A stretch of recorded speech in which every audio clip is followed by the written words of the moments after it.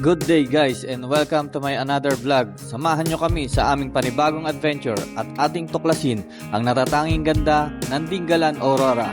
Pero bago tayo magsimula, huwag po natin kalimutan ang mag-like, comment, subscribe sa ating YouTube channel at pagpindot na rin sa notification bell upang updated kayo palagi sa aming mga bagong videos na ipalalabas.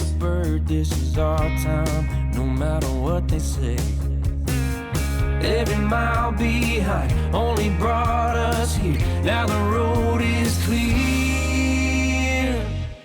Shotgun ride on my Friday night. Sunset fire burning in our...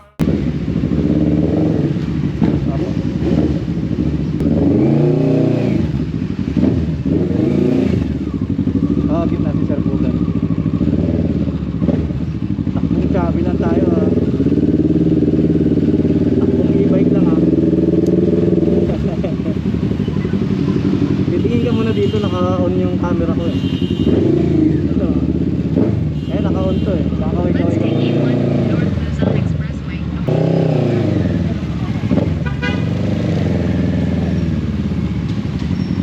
Boss Raranggol.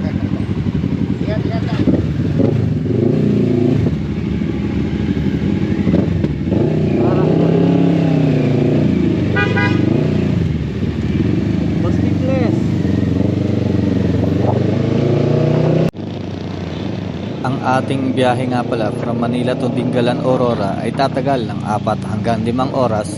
Syempre depende ito sa pacing ng takbo at sa dami ng stopover. Madadaanan natin dito ang NLEX, SCTEX at mga local roads ng Bulacan at Nueva Ecija na pinaghalong highway at lokal na daanan patungo sa coastal view ng Dingalan Aurora.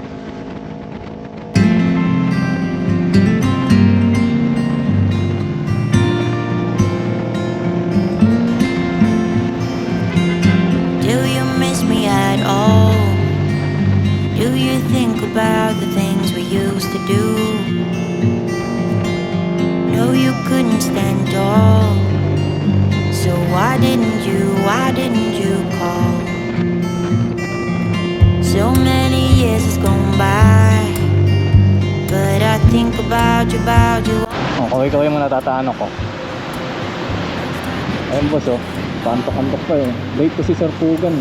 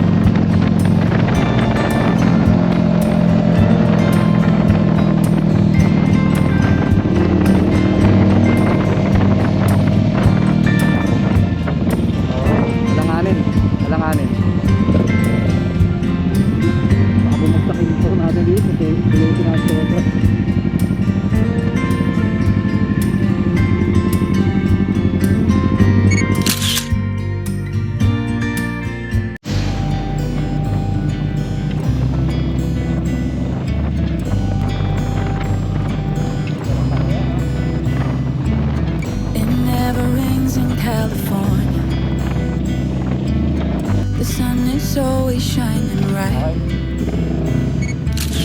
People are smiling, making plans, hiding behind their shades, and you're doing the same. No rain, no flowers, nothing's growing where your heart is fire. But baby, I bet you're cold without me, even when it's 90 degrees. Without me, I bet that you can get to sleep in that bed, lying awake.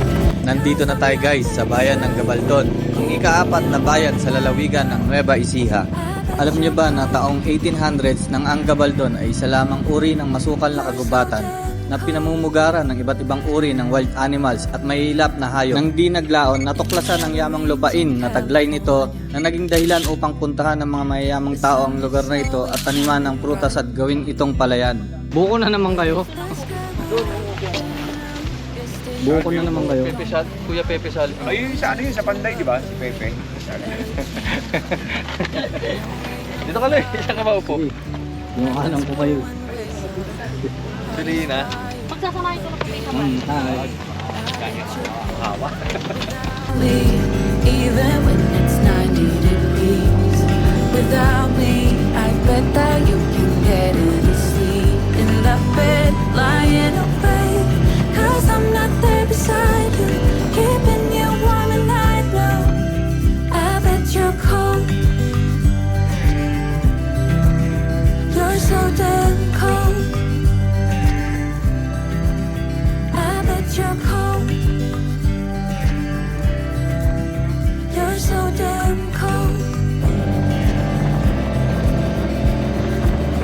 No rain, no flowers, nothing's growing where your heart is fire. But baby, I bet you're cold without me, even when it's 90 degrees. Without me, I bet that you can get to sleep in that bed, lying awake. 'Cause I'm not there beside you, keeping you warm and I know I bet you're cold. You're so damn cold. It never rains in California. The sun is always shining bright.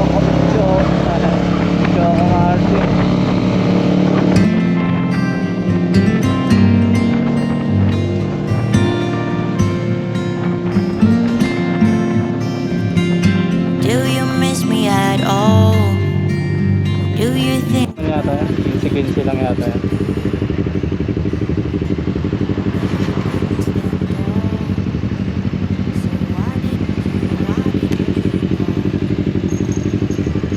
Mami yun. Araw. 110? Magkano ba? 110 per head.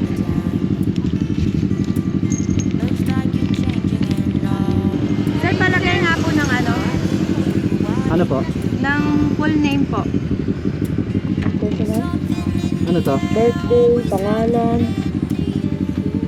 Base sa ating kasaysayan, sinasabing ang mga Dumagat tribes ang unang nanirahan sa ngayoy tinatawag na Dinggalan. Sinasabi naman na hinango ang salitang Dinggalan sa salitang Dumagat na ang ibig sabihin ay ilog ng galan dahil ang lugar ay napapalibutan ng 15 ilog at mga anyong tubig.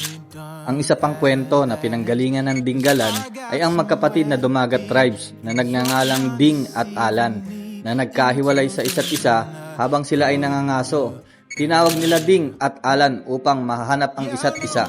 Probably crazy, thinking someday you'll change. There's nothing left to do now, so I'm playing the game.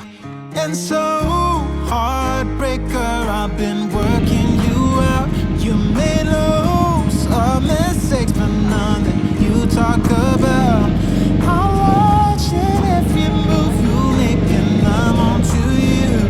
Come on, heartbreaker, give in and surrender to me.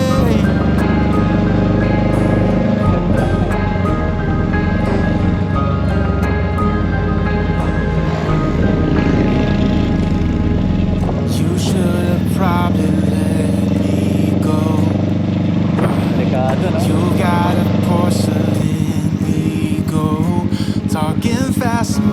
cruising low, making sure that there are no traces of thinking I could have done better. Bakit binigyan nila? Kasi ano lang po yung iba. Akala ko ba yung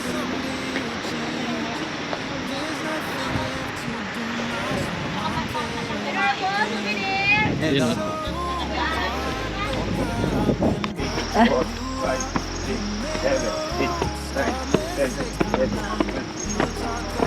Alam mo natin pag nalis yan eh.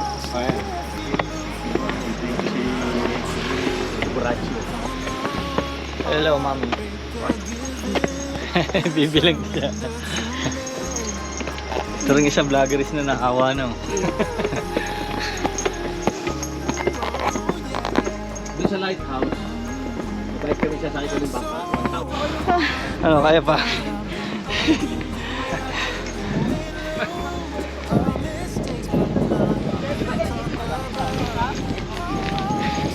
gising pa lang ika nga. Ba't ka ganun? Sa 8. Ang ganda ng view dito, no? Sa 8. Gising tayo dito pa. May init na rin doon. Sino tayo? Tara natin. Pare. Ganda, sir. Ay, parang ano. Ganda yung camera. Picture perfect po. Sakit yan, ha?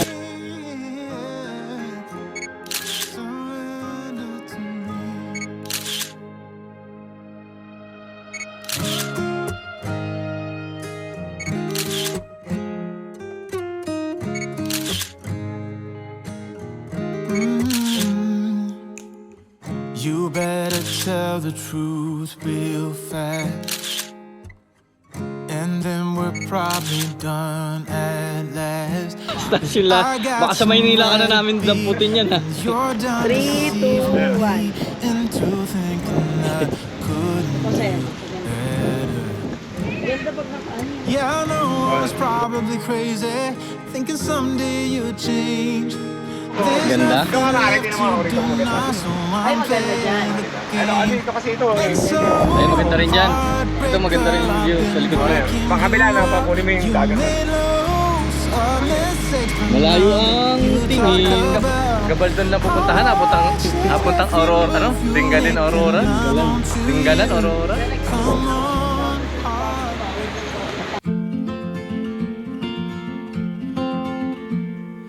I will be the last to leave. I won't say a word, just let you breathe. I won't make a sound. I won't slow you down. I knew we were on borrowed time, just a passing streak, nothing you would keep. I fell in too deep.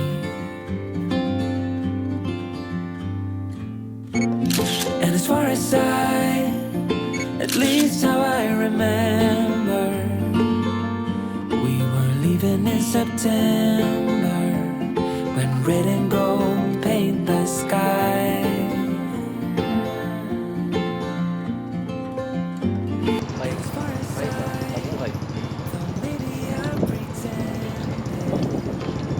Paborito mo yan yung nyug, ah. Ano yun? Buko. Sir, patikim ah. Hindi yan. Laman yun. Kayo nga yun eh. Yung laman, yung daya ni nanay, yung tingnan mo. Na ano ko, okay ba ito Alam sa maganda tiyan? rito? Nasukal mo sana ng konti. Sukal. Buko, parang ano siya, parang buko pie. May laman na buko sa loob. Ayun, ganda oh, pag ano ng araw oh. Masarap diba sa may saging ko dapat. Yung saging na nilupak. Alam nyo guys, isa sa pinakamasarap na pakiramdam ay yung ganitong long ride kasama yung mahal mo sa buhay at mga tropa. Yung tipong pagsampa mo pa lang ng motor, maririnig mo na yung makina na tumatakbo. May mararamdaman ka na kaagad na kakaibang saya. Kasunod pa nito yung ganitong magagandang tanawin na yung makikita, yung sariwang hangin na yung malalanghap, at mapapasabi ka na lang na wow, ang ganda pala ng mundo. Lalo na yung takbo nyo is chill ride lang, yung tipong ini-enjoy mo lang yung moment. Marami kasi tayong kanya-kanyang problema sa buhay, pero kapag nagmamotor ka na, makakalimutan mo lahat ng iyon. Lalo na kapag maganda ang view, yung pakiramdam na parang ang cellphone na na-charge at naibalik sa 100%, na tila ba handa ka na uli harapin ng may tapang ang stress at problema ng may solusyon. At hindi mo namamalayan na nagkaroon ka na pala ng positive mindset dahil gumana ang pakiramdam mo. Kaya kapag masyado ka na stress, minsan kailangan mo lang talaga ng long ride bilang isang pahinga. Medyo weird no? Pero ito kasi yung pahinga na gustong gusto ng marami. Pero hindi naman talaga katawan ang nagpapahinga kapag naglo-long ride tayo, kundi yung utak at isip natin. Dito na po matatapos ang aking vlog. So sa mga nagustuhan ng aming adventure, huwag po natin kalimutan ang mag-like, comment, subscribe at pagpindot na rin sa notification bell upang updated kayo palagi sa aming mga bagong videos na ipalalabas. Huwag po natin kalimutan ang magdasal bago at pagkatapos bumiyahe. Ride safe always.